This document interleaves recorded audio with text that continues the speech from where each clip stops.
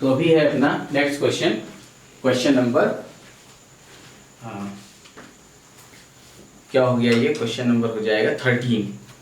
तो अगर मैं क्वेश्चन नंबर 13 की बात करूँ तो क्वेश्चन नंबर 13 कह रहा है कि a marble of mass 2m travelling at a 6 centimetre. ये देखिए 30, एक मार्वल है जिसका मास कितना है, twice m and travelling with the speed, मतलब जो इसकी अभी इनिशियल स्पीड है u1 कितनी है, 6 centimetre per second.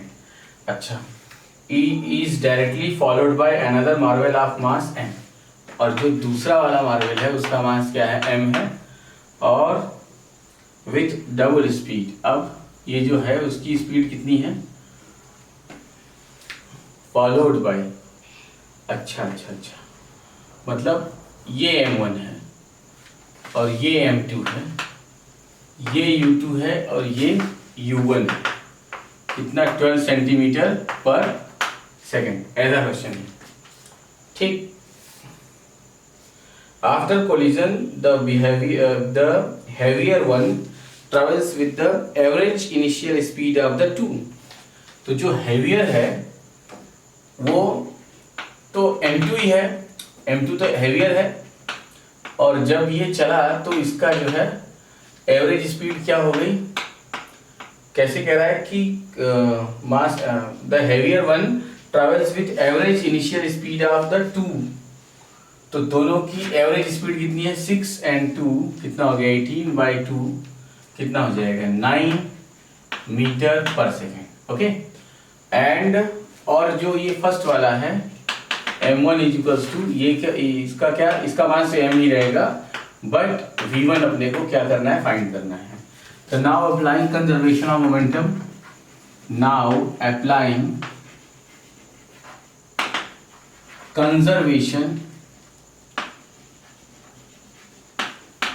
Conservation of momentum.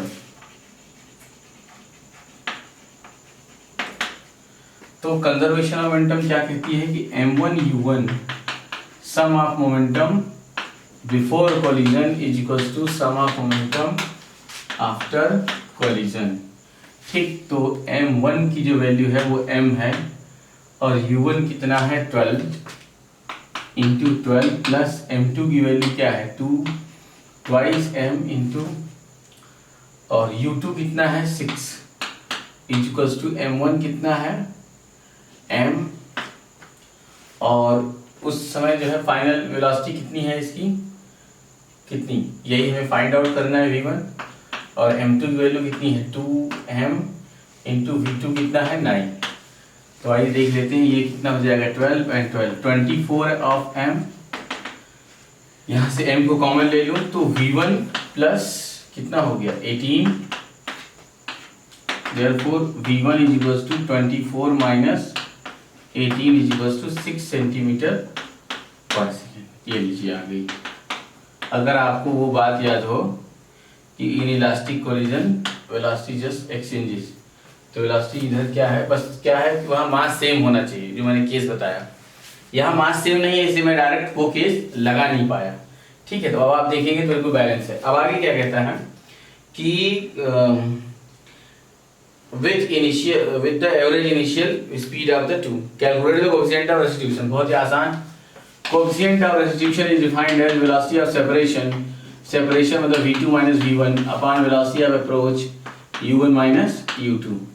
तो फटाफट रखिए v2, final velocity will be 9 minus v1 कितना, 6, u1 की वेलोसिटी कितनी, 12 माइनस कितनी, u2 6, ये कितना आ गया 3, और ये कितना आ गया 6, 2 जा कितना आ गया 0.5, therefore answer is 0.5। Coefficient of restitution will be 0.5, answer is 0.5। Okay, note कीजिए इसे। नेक्स्ट क्वेश्चन है 14, क्वेश्चन नंबर 14, क्वेश्चन नंबर 14। अब आप देखिए क्वेश्चन नंबर 14 क्या बता रहा है। अकॉर्डिंग टू क्वेश्चन नंबर 14, बहुत ही आपको अच्छा केस दिया है 14 में।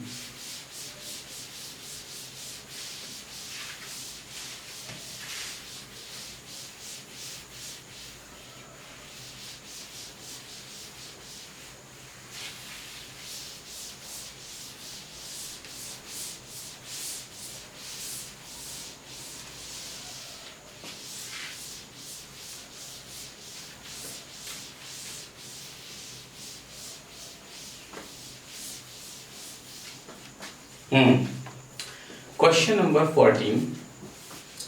14 में कहता है कि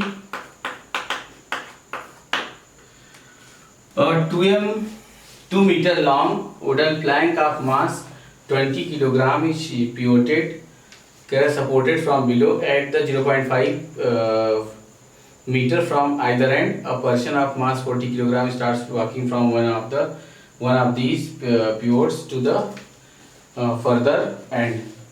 How far can the person walk before the plank topples? Okay, तो कितना जाए कि वो टॉपल कर जाए, ठीक है ना। तो इसका मतलब कि पहले तो हम लोग एक प्लैंक तैयार करते हैं। ये रहा अपना प्लैंक, जिसकी लेंथ कितनी है 2 मीटर, और यहाँ से 0.5 मीटर पे ये क्या है, इस तरह से हैंग किया गया। मतलब एक तरीके से आप समझो तो ये नॉर्मल रिएक्शन R1 और ये वाली नॉर्मल रिएक्शन R2, और यहाँ पर 20 किलो इसका मास है। अब एक इंसान आप इमेजिन कीजिए, यहाँ पर एक आदमी यहाँ कहीं पर खड़ा हो जाता है, कितना किलो का, कितना बता रहा है 40 किलोग्राम का आदमी, मतलब 40G। और इसकी यहाँ से जो डिस्टेंस है ये कुछ तो भी आप x ले लीजिए। टॉपल करने का मतलब है कि ये चल के यहाँ से, मतलब इसका कहना है यहाँ से वो कितना चल चुका होगा। तो ये जब यहाँ से इतना चले कि यहाँ पे नॉर्मल रिएक्शन क्या हो जाए, 0 हो जाए। इसका मतलब कि ये जब यहाँ आए तो ये जो है क्या हो जाए, लेफ्ट हैंड टॉर्क जो राइट हैंड टॉर्क, दोनों ही क्या हो जाए, इक्वल हो जाए। तो आइए हम लोग देख लेते हैं, बहुत ही क्या है, आसान क्वेश्चन है। क्वेश्चन नंबर जो है क्या बात करने जा रहे हैं, किसकी, 13 की। तो left hand torque right hand torque, अगर हम लोग ये देखें इसकी, तो ये कितना है 40G into x, force into distance, और इधर कितना है अगर इसकी बात करें यहाँ से यहाँ तक, तो ये कितना होगा 0.5, मतलब 20G इंटू पूरा ये 2 मीटर है। तो ये यहाँ से यहाँ तक कितना, मतलब यहाँ से ये 0.5, ये यहाँ से यहाँ तक 0.5, ये भी 0.5, तो ये बचा कितना 1, और ये हो जाएगा 0.5। G से पहले G कट गया, therefore x is equals to, इसने एक 0 दिया तो ये कितना हो गया 1 मतलब 20 मल्टीप्लाइड बाई 0.5 डिवाइड बाई कितना 40। ठीक है, एक 0 से एक 0 कट गया, और ये मल्टीप्लाई हुआ 1/4, और ये आ गया डिवाइड होगा 0.25 मीटर, x है। अब ये क्या पूछ रहा था, तो इसने कहा कि how far can the person walk from the Planck,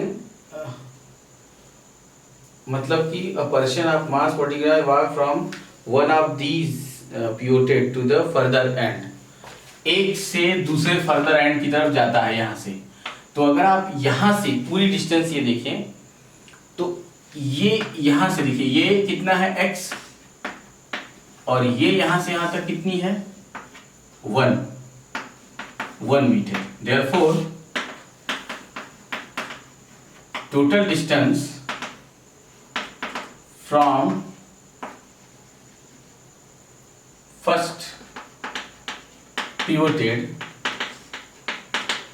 and, तो ये इसके लिए यहाँ पर ये फर्स्ट पिवोटेड एंड होगा, भले ही आप इसको R1 ले लो और इसको R2 ले लो, लेकिन ये कुछ ऐसा ही है। यहाँ से चलकर वो यहाँ पहुंचा, तब वो टॉपल कर गया जो है, इज इक्वल्स टू कितना हो जाएगा x प्लस 1 मीटर।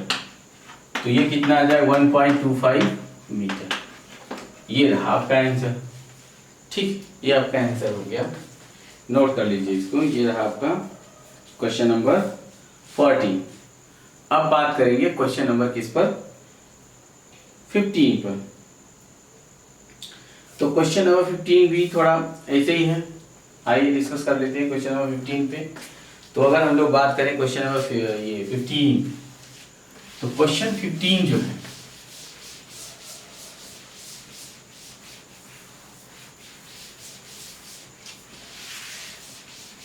ये भी काफी इंटरेस्टिंग है और थोड़ा बड़ा भी।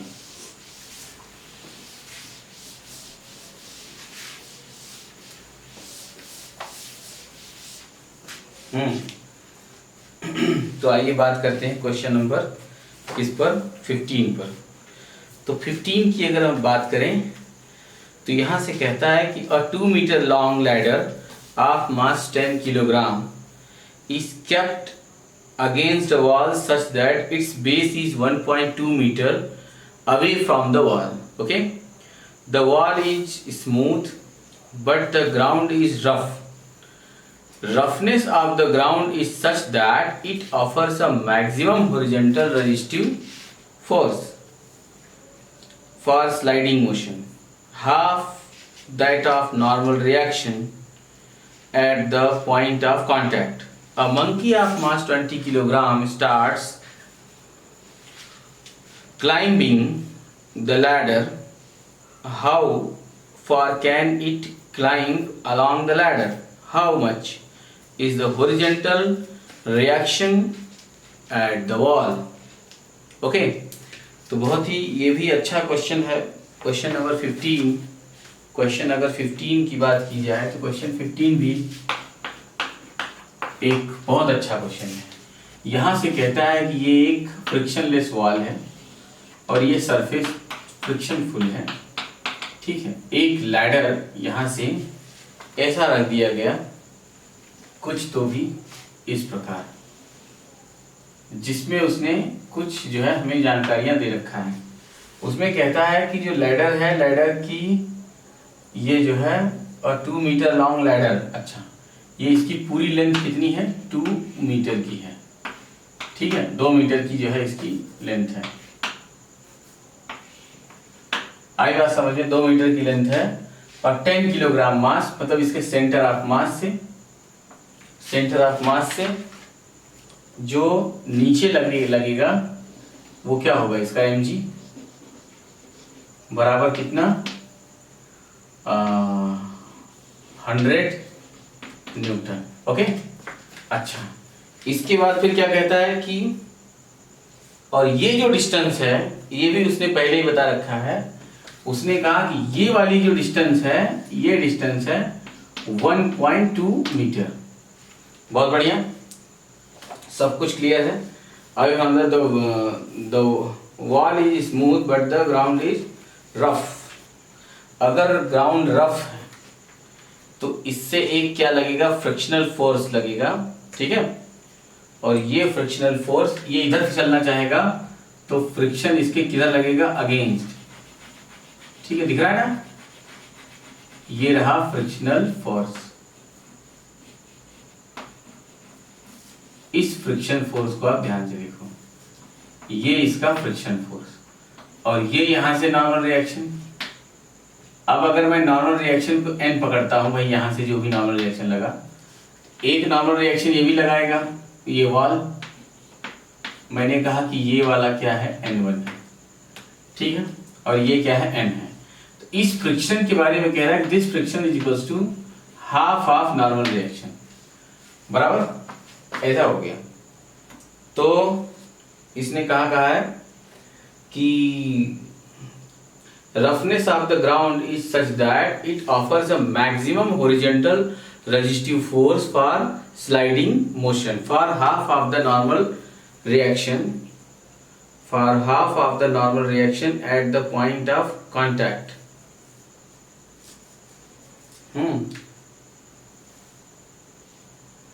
एक बार फिर से देखिए, the wall is smooth but the ground is rough। roughness of the ground is such that it offers a maximum horizontal resistive force. Roughness of the ground is such that it offers a maximum horizontal resistive force for sliding motion. Okay. Force half of normal reaction at the point of contact. ठीक है, इसका frictional force इसके normal reaction का आधा होगा, यही clear कर रहे थे मैं.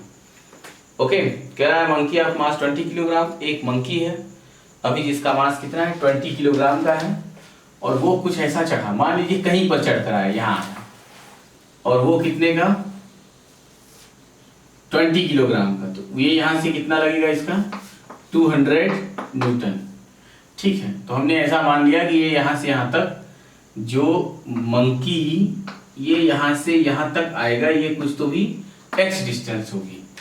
ठीक है, तो यहाँ से क्वेश्चन कह रहा है कि how far can it climb along the ladder, how much is the horizontal reaction at the wall. ठीक है, तो करते हैं इसको. तो पहले तो हम लोग क्या ले लेते हैं, नाउ अप्लाइंग ट्रांसलेशनल इक्विलिब्रियम. तो translational, according to translational total upward equals to total downward. तो टोटल अपवर्ड मतलब टोटल ये normal reaction is equals to total downward मतलब 100 प्लस 200 कितना हो गया 300 न्यूटन. बहुत बढ़िया. Therefore frictional force is equals to n/2 is equals to कितना 300 divide by 2 is equals to कितना आ गया 150 न्यूटन. ये आपका एक आंसर हो गया. भले ही उसमें आंसर कुछ भी दिया हो, लेकिन अभी सिचुएशन के हिसाब से यही आंसर आ रहा है. अब यहां से बात किया जाए तो फ्रिक्शनल फोर्स किधर जा रहा है, राइट की तरफ. नॉर्मल रिएक्शन किधर गया, इधर. Therefore and n1 is equals to क्या फ्रिक्शन. तो ये कितना आ जाएगा, frictional force is equals to कितना आया 150. ये लीजिए, ये भी एक आंसर हो गया. ठीक, और क्या पूछा इसने, कह रहा है how much is the horizontal reaction at the wall. ठीक, ये हो गया. How far can it climb along the ladder. अच्छा, यहां से देखा जाए कि अगर ये एंगल कितना फॉर्म करता है, तो बहुत आसान है. ये पूरा 1.2 बता रहा है और ये 2, तो ये कितना हो जाएगा 1.6. ठीक है, कितना हो जाएगा ये, मतलब कि अगर ये पूरा 2 है तो 2 2 जा 4 माइनस 1.44, तो जो आएगा उसका क्या हो जाएगा, मतलब 4 माइनस 1.44 6 और ये जो है 5 और ये 256, तो 16 जा कितना हो रहा है 256, तो 1.6. तो ये इसलिए जो है हमने 1.6 ले लिया. ठीक है, तो ये हमें क्लियर हो गया कि ये कितना आया 1.6. चलिए आगे बढ़ते हैं. 1.6 आ गया ये, मतलब ये जो हाइट है ये कितनी है 1.6. तो यहाँ से जरा सा डायग्राम्स देख लेते हैं. tan theta is equals to कितने एंगल से स्लैंट है ये theta. tan theta is equals to कितना होगा, परपेंडिकुलर 1.6 डिवाइड बाय कितना 1.2. 4 4 जा 4 3 जा, लो tan theta is equals to आ गया 4/3 इज इक्वल्स टू tan होता है 53. Therefore theta is equals to कितना हो गया 53 डिग्री.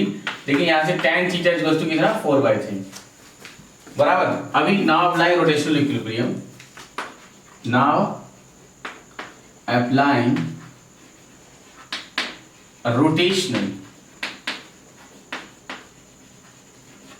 Rotational equilibrium. तो रोटेशनल इक्विलिब्रियम क्या कहता है, अकॉर्डिंग टू रोटेशनल इक्विलिब्रियम हमने मान लीजिए इसी पॉइंट ए को, ये ए है, यहाँ पर ये पॉइंट क्या है बी है और ये ओ है. तो मैंने जो है taking point of application is point O, या taking moment about point A, taking moment about point A. तो ए के अबाउट जब अब हम लोग जो है लेंगे तो ये कितना होगा, पहला वेट का, तो ये हो जाएगा कितना 100 मल्टीप्लाइड बाय इसका कितना 0.6 आधे पर आ जाएगा। ये यहाँ से यहाँ तक कितना आएगा 0.6, क्योंकि सेंटर ऑफ मास यही है। अच्छा अब इसका करें बात तो ये दोनों क्या होंगे माइनस माइनस, और ये कितना 200 मल्टीप्लाइड बाय ये कितना x। अच्छा और प्लस ये कितना करने वाला normal reaction is equals to into कितना 1.6 is equals to 0। Therefore normal reaction पता है हमें कितना है, ये N1 इज इक्वल्स टू 150, तो ये हो जाएगा कितना 60 minus 200 of x plus is equals to कितना, ये N1 की वैल्यू कितनी आ गई 150 मल्टीप्लाइड बाय 1.6, तो ये कितना हो जाएगा 08 24 और ये 200 ऑफ x माइनस कितना 60 इज इक्वल्स टू 180 या 200 of x। Therefore x is equals to कितना आ गया, ये आ जाएगा कितना 0.9 मीटर। ओके तो इसने कहा कि कितना चढ़ेगा। एक्चुअली अब आपको ये फाइंड आउट करना है कि वो मंकी कितना जाएगा। तो बहुत बढ़िया, हमें थीटा की वैल्यू पता है ना, तो ये भी तो एक राइट एंगल वही ट्रायंगल बना रहा है, तो यहां से hence in similar triangle this tan theta is equals to क्या होगा, ये परपेंडिकुलर। अच्छा ये कितना होगा, ये हमें पता चल गया ना, x की वैल्यू कितनी आ गई, ये कितनी आ गई tan theta is equals to कितना 4/3 पहले से है। यहां से tan theta is equals to perpendicular मान लेते हैं कि ये y है और ये कितना है y/x, और ये हो गया y और x की वैल्यू निकालिए ना 0.9। देयरफॉर y इक्वल्स ये और ये लेते हैं, ये कितना गया y is equals to 0.9 multiplied by 4/3 3 जा, ठीक है, और ये कितना आ गया 1.2, मतलब ये वाली y कितनी आई 1.2। देयरफॉर अब पता चल गया ना, जो है ये पता चल गया 0.9 और ये इतना। देयरफॉर ये a dash equals to root over कितना 1.2 का होल स्क्वायर प्लस ये 0.9 का होल स्क्वायर, ये कितना हो रहा है 1.44 0.81 ये 5 और ये देखिए 1.5। ए डैश इक्वल्स टू कितना चढ़ा वो मंकी, कितना चढ़ पाएगा केवल 1.5 मीटर, कितना चढ़ पाया सिर्फ 1.5 मीटर। ओके तो ये आपके दोनों आंसर हो गए, एक इधर ये हो गया उधर वो हो गया, ठीक है। तो आप इसे नोट डाउन करें, बहुत अच्छा क्वेश्चन ये।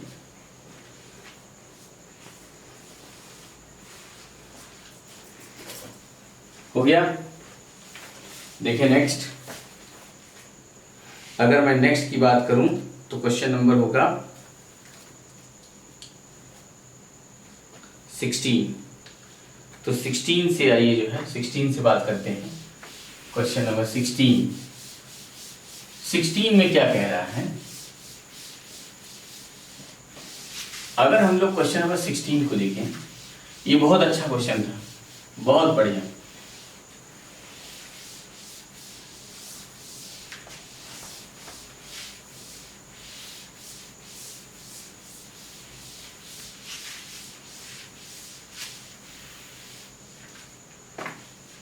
क्वेश्चन नंबर 16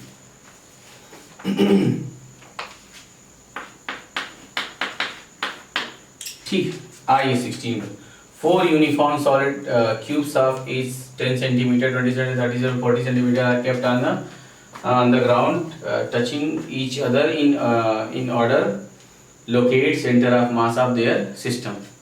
ठीक है, तो कुछ ये जो क्यूब्स हैं कुछ इस प्रकार से, ये दूसरा वाला ऐसा और तीसरा वाला ये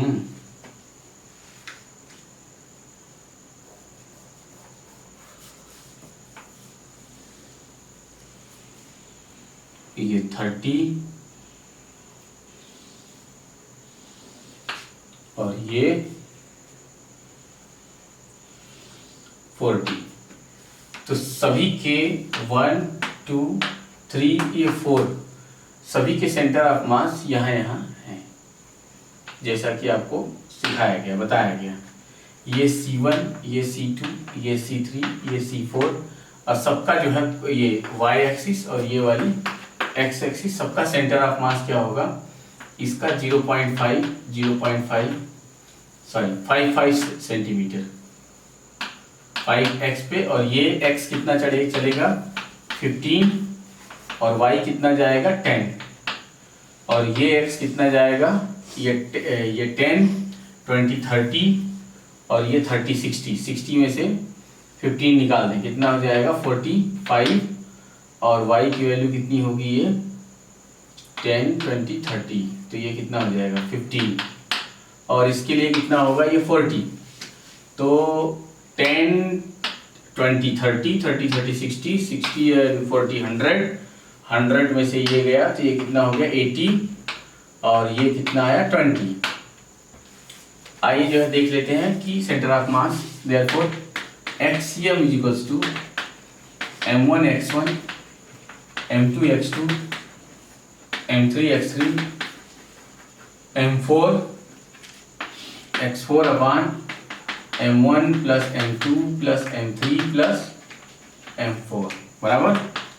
अब इनके मास की बात कर लेता हूँ। अगर मैं फर्स्ट की बात करूँ तो m1 इज इक्वल्स टू क्या होगा, सबकी density same, density into volume, volume बराबर क्या, जो भी मैंने कहा पहले वाले का वॉल्यूम क्या है L3, length into breadth into height सब क्या है L3, तो इसको मैंने क्या ले लिया m।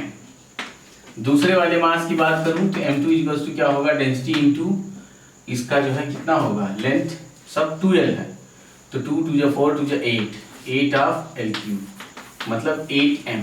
और m3 की बात करूं तो ये हो जाएगा रो इंटू ये 30 3 3 जा 9 27 of L3 is equals to 27 of m and m4 is equals to ये 4l हो जाएगा 4 4 जा 16 और ये 64 रो L3 is equals to 64 of m। ऐसा हमने ऐसा लेट कर लिया, तो ये आ गया जो है, तो रख देते वैल्यू।